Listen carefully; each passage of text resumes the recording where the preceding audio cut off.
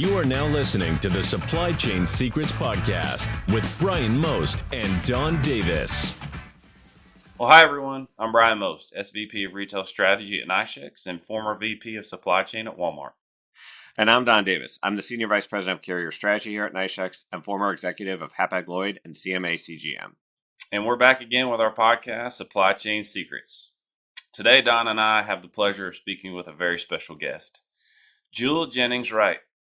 Jewel is the head of compliance at the New York Shipping Exchange, and we are so excited to talk to her today. Jewel, welcome to the show. Hey guys, thanks. So, Jewel, one of the things that we typically start off with is we love the audience to get to know you a little bit, your background, and then ultimately what led you to NiceChecks. So, would you mind taking a few minutes and just sharing a little bit about yourself? Sure. I started shipping when I was working in shipping when I was in law school. I needed an internship the first year, and so I somehow ended up at the Federal Maritime Commission. From there, I worked there each summer while I was in law school. And then I came back to the commission to be counsel to Commissioner Ladinsky at the time. I worked there for a while as his counsel. And then when he retired, Gordon called me and was like, "What are you doing?" And I was sort of like, trying to figure it out.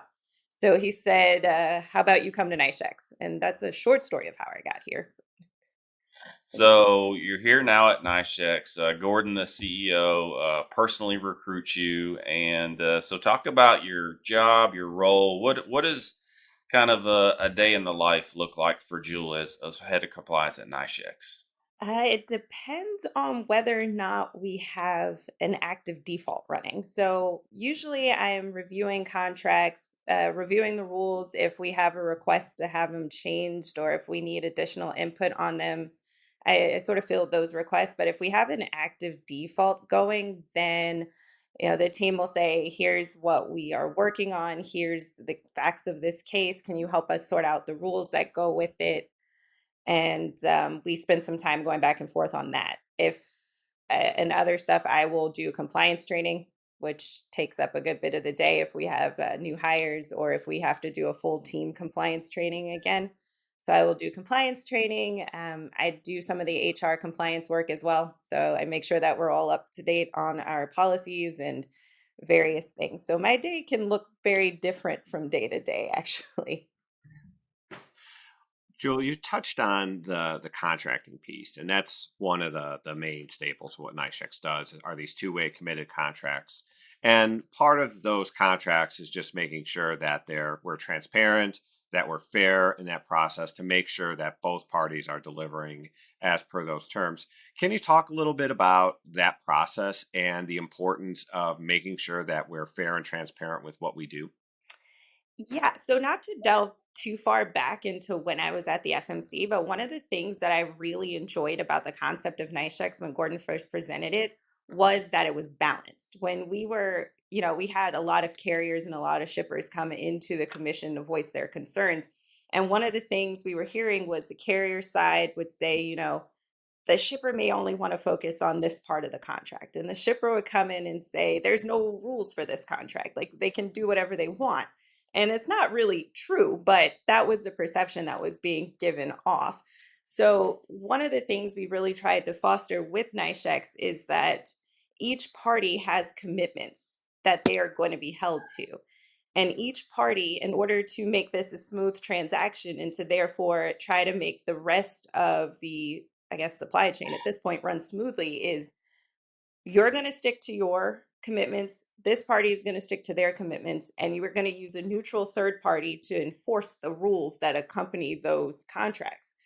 And the reason why they have to be fair is so that everybody has trust in the process. If one party doesn't trust the process or thinks it's leaning too heavily towards the other side, then what we're going for gets kind of broken, because then people say, "Well, why would we need your contract to begin with?"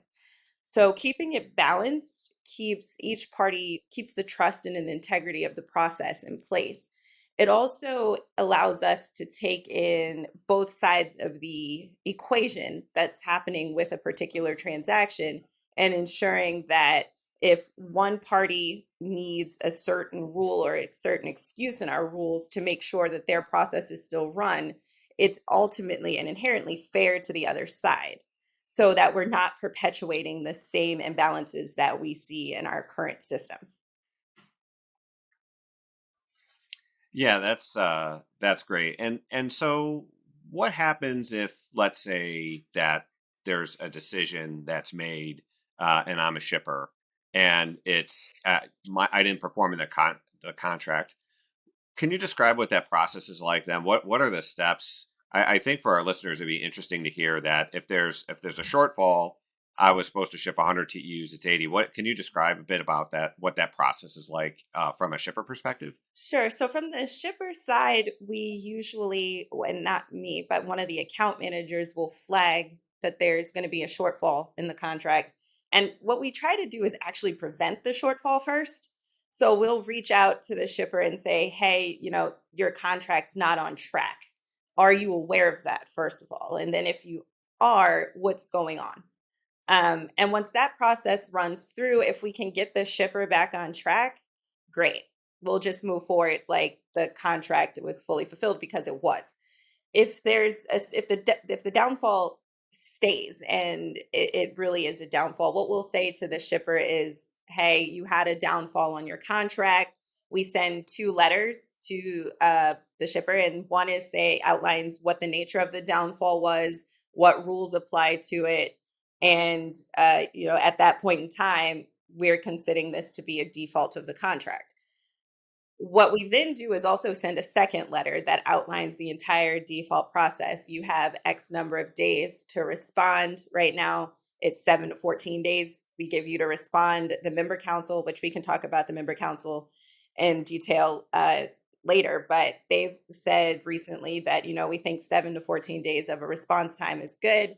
I don't think we're going to cap it at 7 when they've said 14 is good. So there's that time range to respond. And when you respond to the default, we'll say your job is to provide us with a reason why there was a downfault, and if there's a reason why you think you shouldn't be in default, and give us a list of reasons why, give us the evidence you have for that. So if your booking wasn't accepted, for example, you can show us that you attempted to book, but the carrier didn't accept it. Or if the carrier didn't have equipment, you would show us that we showed up at the container yard to get our container, but there was nothing there for us. So at that point, we would review the information that the shipper provided to us and see if the reasons they gave are actually fall under what we call excuses in the member handbook. And that's a valid reason why you didn't perform on this contract. And if there is a valid excuse for why you didn't perform, you're not considered to be in default at that point. So the entire process is really a collaborative review process, really, between us and the shipper. Yeah, that's great. And I think there's a couple things that I think are really cool about the process. The one is having visibility. I think that's just, to me, such a huge win for shippers and carriers, that you're all looking at the performance in the same way. Because having been on the carrier side, I can say from experience that, how shipments are measured in a given week. Is it by gate in? Is it by sailing date? There's some variability there. So the fact that we're able to provide a standard, I think, is really important. I think the other interesting piece of this is that while that process sounds like there's a lot of components to it, we only have about, let's say, a 2% default rate. It's generally very low. So the good news about it is it's something that isn't happening to a great extent. It's actually minimal within the scope of our volume and contracts. Yeah, it's actually quite interesting to see the comparison with the contracts we have on NiceChecks and then what's going on in the rest of the industry, at least from my perspective, because at the FMC, all we're doing is really compliance with the rules. And we see how many people come in, sometimes on a day-to-day basis, with my contracts aren't being fulfilled. Here's why. They stream in pretty quickly. And then on NiceChecks, it's like not the same volume at all, and that is pretty cool. It's from my standpoint, it's really nice to see. Jewel, you use terms like trust and fairness, and sometimes those aren't often associated with ocean contracting. And you've talked a little bit, you've hinted at kind of this member council and this handbook. One of the things that I think certainly helps with trust, if there isn't an establishment there, is just clarity, right? Of transparency, of knowing exactly what is expected of me, knowing exactly what is expected of the other party, and then some kind of performance framework or guardrails that kind of help, that relationship stay on track. I'd love for you to talk about the handbook and the council and kind of how it came to be, and how does that actually help foster that trust and fairness that you've talked a little bit about. So the member handbook itself is, I like to say it's not very thick, even though the rest of the team may disagree. It's not very thick. It has all of the rules that the exchange operates by. It has, here's the type of transactions we facilitate. Here's what we need from each party to make those transactions smooth. And here are the rules that are going to be used to enforce that transaction. It's all written down there. And it's all available to every member on NiceChecks from the moment they sign on. They can get it, they read through it, they have it all at their fingertips. And the reason why the handbook is very essential to what we're doing is that it gives everybody a level playing field when they're looking to see how we're going to enforce these transactions. So it's not, we can't just randomly decide a case one day. We have to go to the rules, see which rule applies, and then say, okay, Mr. Shipper, this is the rule that was violated. Or, okay, Mr. Carrier, here's the rule that you violated. And everybody has access to these rules to begin with. So it's not a surprise. It's not a willy-nilly decision. It's very much laid out that these are the rules you're going to follow, and this is how we're going to enforce them. And the great thing is with the rules is that there's always a rule that counterbalances another one. So for a shipper who's required to book for the contract, there's a rule that requires the carrier to accept an appropriate booking. And that balance means, okay, we're all going to be required to perform at the same level. We all know what our commitments are. Those are in the contract. And when you have that sort of level playing field, it's not very much room for someone to say, hey, this is unfair.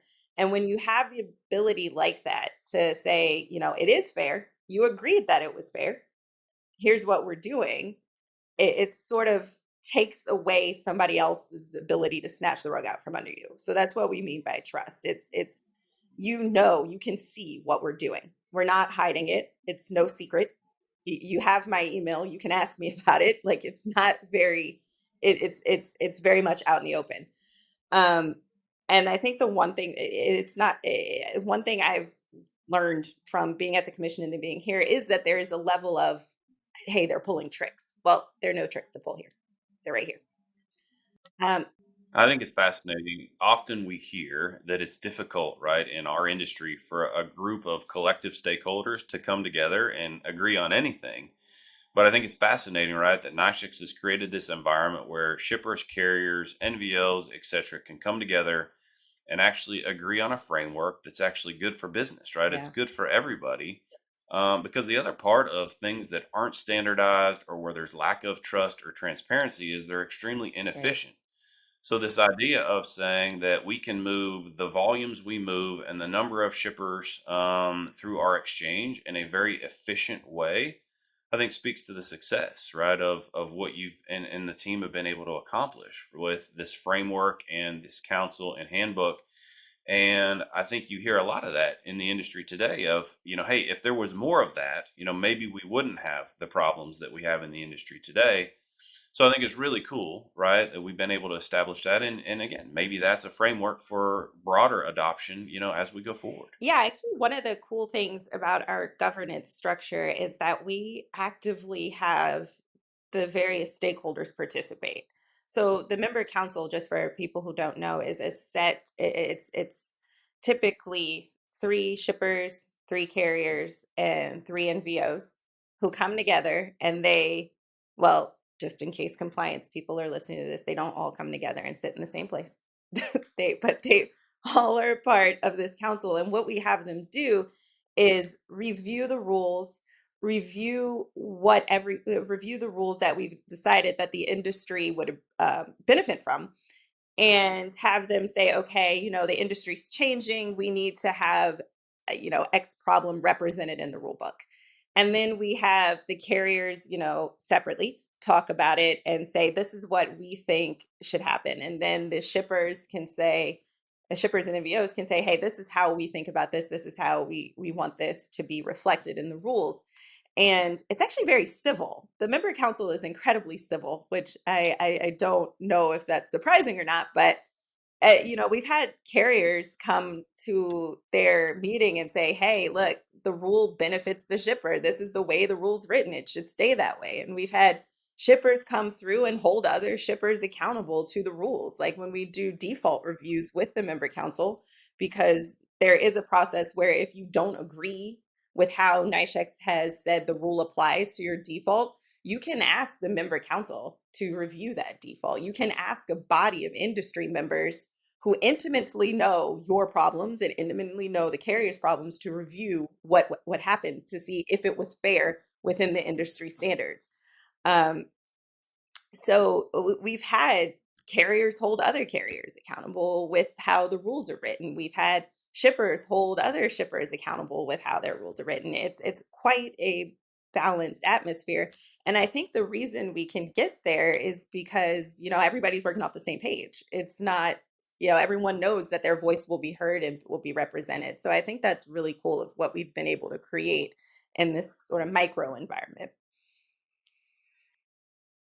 Yeah, I think that's really incredible. I mean, it's one of the things that struck me with NiceChecks is that fact that we have this group of individuals who represent different aspects of the industry and can come together and talk about rules, talk about defaults, and is a place for our members to look for solutions. Or if there's a change, if there's a rule that, let's say, needs to be addressed or clarified, there is a group who is fair and understands the industry, but then can help our members better or more specifically understand a rule or change a rule, what have you. But there's a framework to say, hey, this is something we need to change. And there's some group that can review it that has interest and some skin in the game too, because our member council are made up of members. Yeah.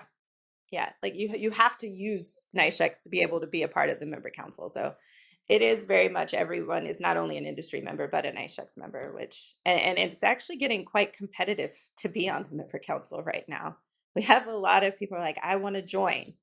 And that's also cool to see too, because over the years as NiceChecks grown, everyone's like, well, what's this council? And now people are like, well, I want to be on this council. So it's pretty cool that everybody has the same level of buy-in. Yeah, it's great because I think it gives just people an opportunity to have a voice in terms of how rules are enforced. And I think that's one of the neat things about NiceChecks is people say like, well, the NiceChecks rules. I'm like, well, they're not really our rules. They're made up from the member council. So it's actually coming from the members. So it's not like Bryan and I sit around and we're like, hey, this is a great rule. It's not up to us. It's up to the members and the people participating to decide these are the rules that we're going to apply to the shipments and contracts that are move on the exchange. Yeah, that's very true. They're not our rules at all. We even when we are saying, we need to address what's going on in the industry, what we do is bring it to the member council, say this is what's going on with the industry and how should we best resolve that. And then from that conversation, we get a rule. So really it's industry created rules that get applied to industry contracts. So it is really becoming from the industry itself. Yeah, and the handbook, I mean, we could debate whether or not it's a thick rule book or not, but I think what's cool is that it might seem intimidating to someone, but with the onboarding process we have with our members, I think it's gone a long way to help people understand that there's an ability to ask questions, Mm-hmm. and this is all takes place on the front end, so that there is no misunderstanding. And I think that's why we have such a high retention rate, is because people have a greater degree of comfort once they see, oh, I know how this works. I know how to manage this internally. I know how to make sure I'm living up to my commitments. and I understand the interpretation of the rules because it's all spelled out before people get started. Yeah, definitely. I think one of the interesting things I'm starting to see now too are people quoting our rules back to us. Like that's pretty cool. Um, but yeah, it's definitely very I like that we do present it up front to everyone. They're not hidden. So when you join NiceChecks, you know what the rules are. I've heard the team come back and say that, we're getting really, really good traction because of the handbook. So that's been nice to see, because before it was, where did you get this rule? And now it's, well, rule 6 says. So, Jewel, you talked earlier about your time at the FMC, and you talked about sometimes shippers petitioning the FMC about maybe a number of things. I just wonder. Sometimes I hear shipper get frustrated that maybe the FMC doesn't necessarily change or rule on certain things in a way that maybe would please them.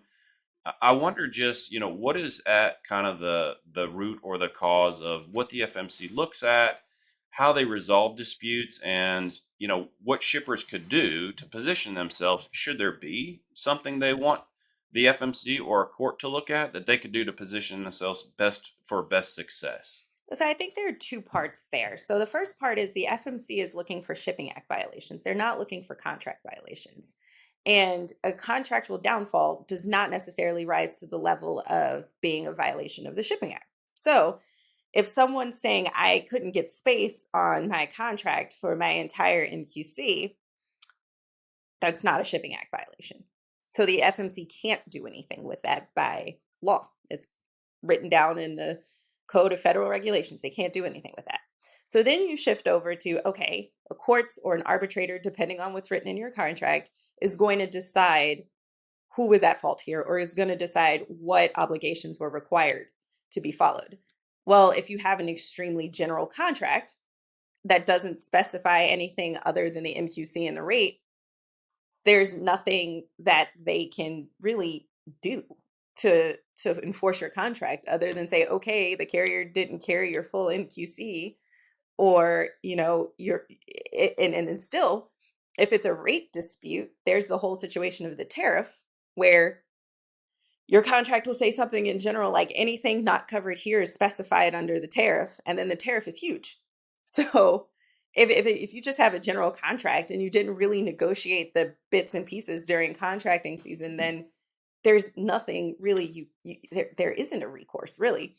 So what NiceChecks does in turn is we've set up an establishment, or we set up a system where your contract it's fairly standard, and the rules that you are going to follow are laid out in detail in the contract, and your obligations are laid out in detail. So when someone doesn't follow one of those things, then we say, okay, well, we have a rule book too that says if you don't follow what's written in your contract, then you have to pay the liquidated damages. And that's going to be more beneficial in the long run, because you do have a contract that has some teeth in it and it has some specificity in it. And then you can come to another neutral body and say, okay, enforce my obligations. And then you can take that from the US, which has the FMC, but then broaden it out to, Asia, Europe, these different places that don't. So you can get the same rules and the same enforcement, regardless of whether or not there's a federal agency that's looking to enforce a law violation. No, that's really helpful, and it's great clarification. So at the end of the day, right, as shippers think about negotiating contracts in the future, based on the non-performance they're experiencing today, yes, it takes time. Yes, it's difficult. But to your point, getting into those details of exactly what is expected by both sides and what is the accountability to ensure that it happens is going to be really crucial. Obviously, using a third party like NiceChecks can help facilitate, right, something like that between you and the carrier. But even if you don't use a third party like NiceChecks, if you're negotiating directly with your carrier, those details and specifics are going to be critically important should you have something you want to dispute in the future. So thank you for that clarification. So here is normally our guest's favorite part of the show, where we turn things around and allow our guest to play podcaster. Is there anything you'd like to ask Bryan or I about what we see from our side, or anything from our perspective, or anything from our prior roles at different companies? Yeah, so like what's always interesting for me, especially now that I'm in NICE, is to get like your guys's take on what happens with the FMC or happens with compliance. So, and like I know you guys were on two different sides, so that's always fascinating for me to see. Well, I'll take the shipper side first, since since he was slow. I'll take the shipper side, and then he has to try and counter my argument. This is the great thing about being on this podcast with Don. But what I would tell you is it was always difficult from a shipper having so many carrier partners and so many NVO relationships to find standardization to try and drive compliance. So this idea of wanting to measure performance, but having right a standard framework and a standard approach, and then trying to collect the data and trying to then understand it, gain insights, and then present it back in a way that people could understand and you could have a meaningful conversation about it. It was just really, really difficult. And even being at a large top five shipper, you would think, well, you have some influence there at driving standardization across your business partners. It's not that easy. It takes a lot of time. We were able to accomplish it in some areas, but not others. And it was really difficult. So I would tell you to be able to come into an environment or an exchange where that hard work and that heavy lifting has been done for you, even if you're a small and medium sized shipper, to immediately be able to plug into that and get the benefit of a common language, an efficient way of doing business with all of your business partners, and then being able to talk about performance in a standardized way where it's really now focused on not even the dispute resolution, because that's already done. It's actually focused on the root cause of the issue so we can fix it and then we don't have to deal with it going forward. So I tell you what, that's been the eye opener for me. And I certainly wish I would have known about NiceChecks a lot earlier in my career, or it was there. It would have saved me a lot of work and effort. But nonetheless, that's one of the things that's really just been apparent and jumped out to me. yeah, if from my side, from a carrier side, I think my experience has been, first of all, there's a lot of effort being placed on making sure that you're compliant with the FMC. So whatever those rules are that are required, as far as filing, or making sure that your rates are published somewhere if you're self-publishing or using day cards or something. But there's quite a bit of effort spent around compliance, and it's just understanding the rule changes. I think some of the things the FMC did that tried to help shippers, where they say you have a 30-day grace period to file your rates and things like that, to make sure that your organization is set up to handle that. And then there was quite a bit of effort around these fact-finding cases. I was part of a few of these where maybe the FMC said, hey, we want to see how you manage your detention to merge rules, how you manage exceptions and things like that. And my sense is that the carriers work well with the FMC and making sure they're compliant. But I will say that from a contracting piece, that there was quite a bit of time where shippers didn't necessarily understand all of the rules. And you referred to the tariff. People have asked us in my career, like, can I have a copy of your tariff? And it's like, well, no, it might be like 2 million pages, right? There's just so much in there. It covers a lot of ground.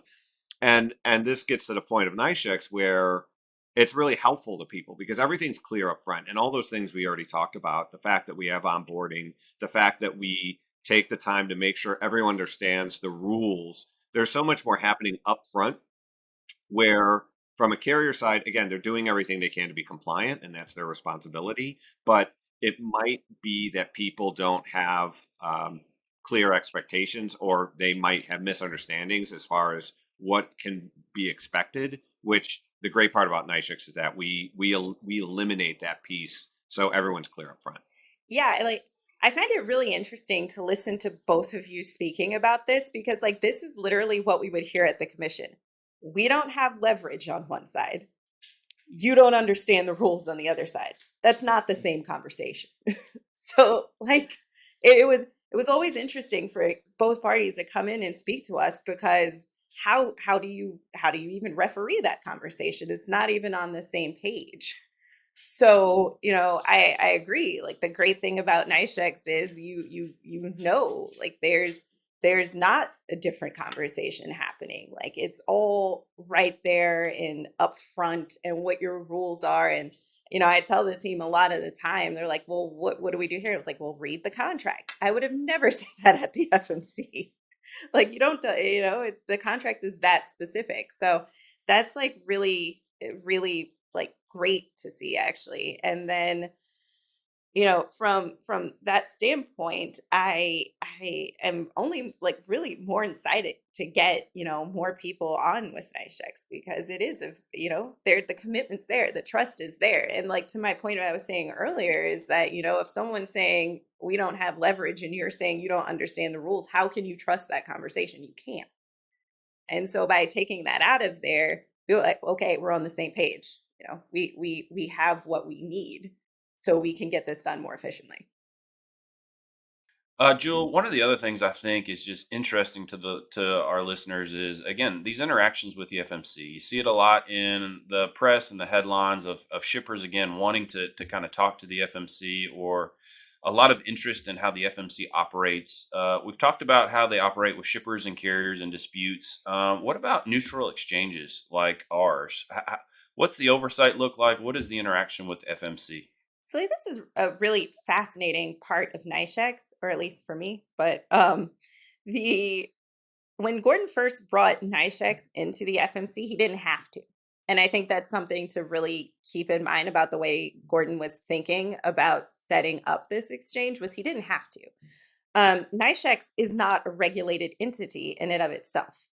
So we operate in a regulated space, and we have activities that happen that are regulated, but NiceChecks itself isn't a, Shipping Act required regulated body. So Gordon brought the concept of NiceChecks in to get the FMC on the same page as to what he was trying to do. And I think that was incredibly beneficial at first, because it didn't start off adversarial. It started off as a dialogue with the commission and with the various other stakeholders. So from a regulatory standpoint, the FMC did have some say in how NiceChecks unfolded in a couple of ways. They can't actually say we are approving you or we're endorsing you, because that's not what the government does. But what they do is they allowed us to come in and explain what we were going to do, and actively provide some feedback on how it should run, and what the contract should look like, and how to balance each, like what they were concerned about, so that we could balance each party's needs.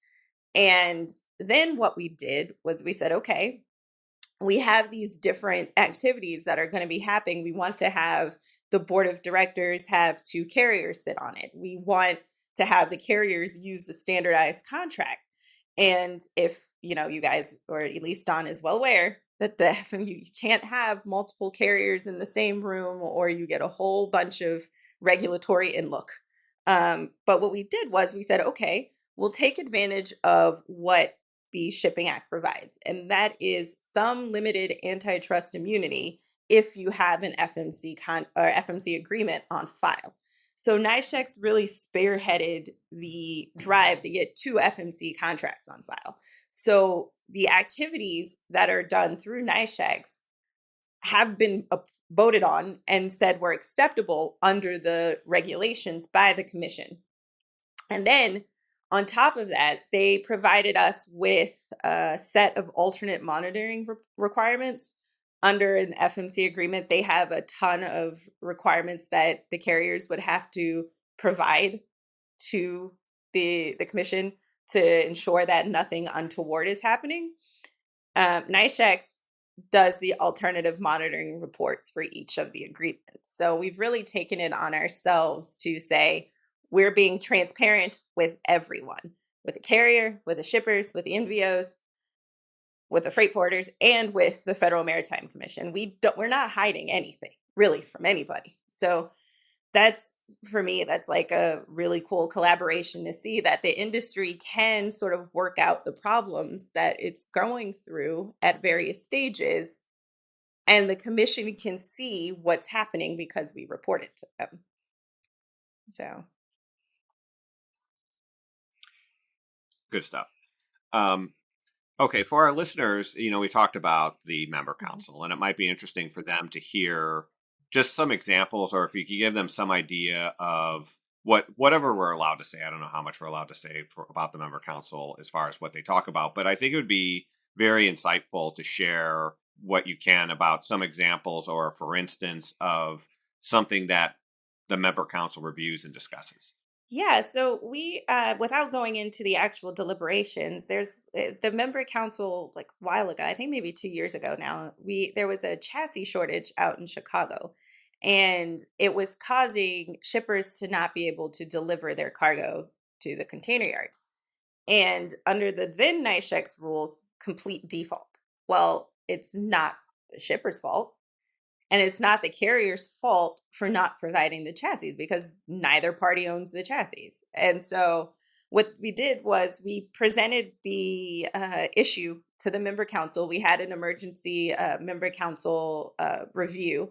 And they said, okay, what we'll do is we'll say, if you cannot get a chassis and it's documented that you tried to get it, then we would slot it under an excuse. So really, they came together quite quickly in a situation of pressure and said, this is how we're going to alleviate it. Another example that gets, the cyber attacks that we saw in the industry, they got together and said, well, in the manner that they could, they said, you know what, we can't control this. So we're going to add cyber attack to the force majeure clause. And, it's not super set in stone ever, because it's a living, breathing body of rules. So if they want to say, okay, well, we need to put some more guardrails around what's happening because it's being abused, they can do that as well. But they really sort of get information and input sometimes from us to them, and sometimes from them to us. There's a conversation and collaboration there that says, this is what's happening. It's a pressure point. Let's alleviate it. So that's a couple examples without going into the super details of what they talked about. But yeah, that's great. And I think our listeners will appreciate that, because it gives you some idea of how all these parties from different parts of the container shipping industry are working together to solve problems. And I don't think there's really too many environments like that where you have these groups coming together and say, how do we address this? And let's make sure we understand this clearly. yeah, and like even still, they're still very conscious. The carriers are very conscious about how they do this. So they're very open to having extraneous meetings or additional meetings with us where they're not with anybody else, so that they can provide their feedback too. It's a very proactive relationship on both sides.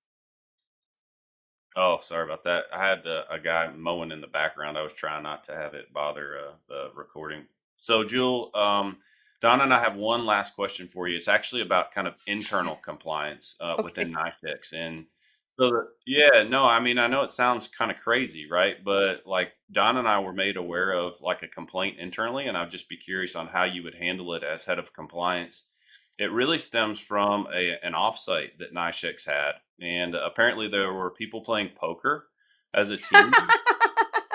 And the complaint was there was one player in particular that kept getting like 4 of a kind and all these crazy hands that seems almost like it can't ever happen, like if you looked at the odds. And so the other poker players are wondering, like, how could I lodge a complaint and just say that maybe there was something fishy going on with this one poker player? How would you handle that as head of compliance?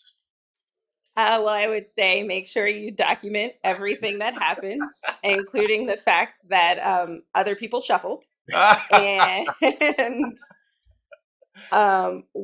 make sure that pictures would be good so that we can see proof of it, and then point out which excuse was either violated in the rule book or in our employee handbook, because we do have one of those. So I like it. I like it. I like it. Well, Don, I think we've got a good, explanation for those employees that came to us, wanting to voice concerns. So Yeah, I'm glad you brought it up because we just had to get that out in the open. So that was really nah, Jewel, you did great. We kind of conspired. We're like, hey, at the end, let's just kind of like have a fun with her and throw a little joke. I honestly, I don't know how that happened. And I actually still tell people to this day, I was like, listen, I actually didn't really understand that the 4 of a kind was a very high hand until you guys started talking about it. So it was like, oh, okay, this might be good. And I will say I do apologize to Don because I did it twice. Oh my gosh! the only time in my life that are like winning the Powerball. I mean, it is crazy. It was great, but it was cool to see actually because I've never seen that happen. To see it twice in the same night, it was like, wow. It was just the magic of being at the retreat. I don't know. Or it introduced co-conspirators. She's right, Don. We need to go see who was shuffling when she got those 4 of a kinds. Maybe they're co-conspirators. I don't know. I mean, but anyway. All right, Don, you want to just sign us off? Yeah, great. Well, Jewel, thanks a lot for coming on the show. I think it was a great show. I think our listeners are really going to enjoy to hear your perspective. And for those listening, thanks for listening. Don't forget, rate us, review us, hit that like button wherever you find our podcast, Apple, Spotify, or wherever you get your podcasts. So thanks for listening, and we'll see you again soon. Thanks for listening to the Supply Chain Secrets Podcast. Make sure to subscribe to the podcast on your favorite podcast network.